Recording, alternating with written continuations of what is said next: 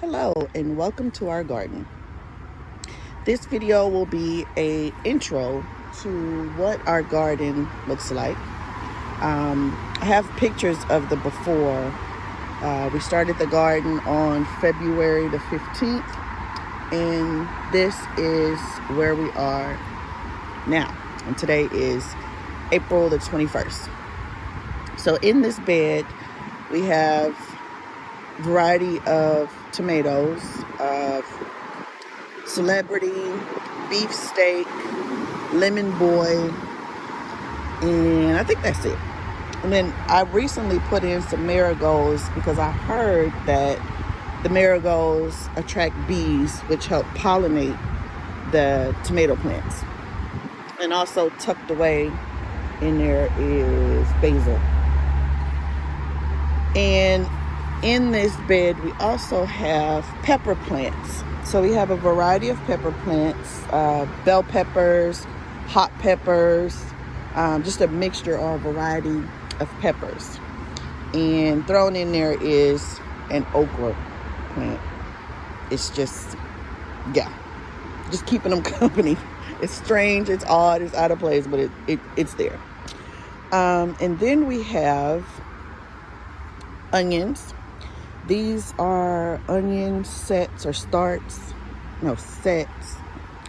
that I bought from Dixondale Farm, which I've seen a lot of videos about Dixondale Farm. So hopefully I have a good harvest like most of the videos I've watched. So we have the red, the white, and the yellow, sweet yellow onions, Texas sweet yellow onions. So hopefully this is what I'm most excited for. Hopefully I get a huge harvest of big onions. So we'll see. Then moving over, we have red and white potatoes planted here. I was excited about these, but I don't know. Hopefully this yields a great harvest. First time growing onions, and this is our first time growing potatoes. And then as you walk over, that's the potato bed is mixed in with garlic and more onions. These are just sweet onions. These aren't Dixondale onions. These are just sweet onions. And if you notice the gap, we pulled some because they started flowering. And I'm not sure why. We live in Texas. I'm not sure why they're flowering, because right now we haven't had any rain. And if we had rain, it was just a little sprinkle. So I don't know if they were dry or too much water, if I'm watering them too much. But we pulled the flowering onions out. And these are just sweet onions we got from Home Depot. I live on a very busy street. It sounds like I live in the city, but I'm actually in the suburbs. And you can hear all the noise, so pardon the noise. Then in this bed, we just planted this bed of green beans, bush beans, about 2 weeks ago. And they're coming up pretty good. So hopefully we yield a lot of beans from these plants. And if you know anything about canned green beans, that's the only thing that we eat that's canned, or green beans. Everything else we eat fresh. These beans are the Roma 2s. And if you know anything about canned green beans, these are the Allen's Italian cut green beans that we're trying to grow. So this is the first two. And then as I walk around, we have more. Wait, there is more. We decided to also do some containers as well. So we're trying to see the difference between the containers and the raised beds.